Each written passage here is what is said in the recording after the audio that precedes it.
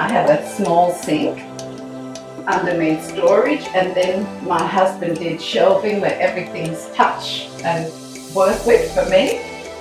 I have a laundry basket up there and poisonous products right up the top away from children, and we have a dryer which I always fluff things up when I bring things in off the line, particularly towels. And our nice little washing machine, we have a spare airer which becomes a hanger most of the time, little gloves, spare cleaning products, all just there, works perfectly.